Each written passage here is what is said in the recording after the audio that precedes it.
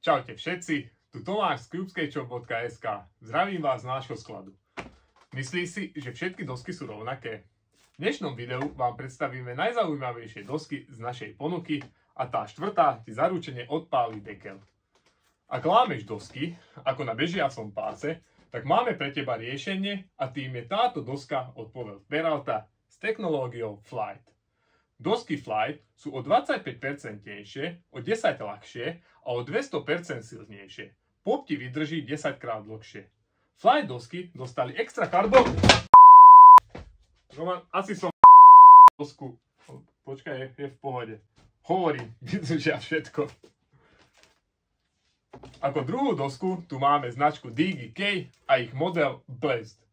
Táto doska dostala špeciálny 3D design, ktorý sa mení pri zmene uhla pohľadu.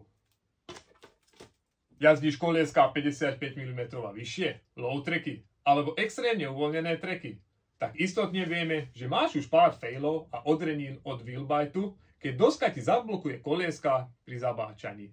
Tento tvoj problém vyriešia dosky z Wheelwells, čo znamená vyfrézované časti pod kolieska.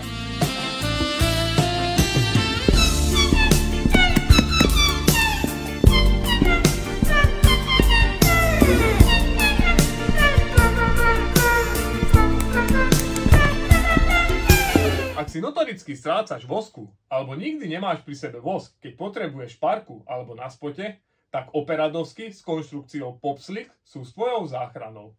Na nose a tail pridali extra šmyklavú vrstvu, ktorá ti zabezpečí najdlhšie slajdy bez vosku. Tu a tu.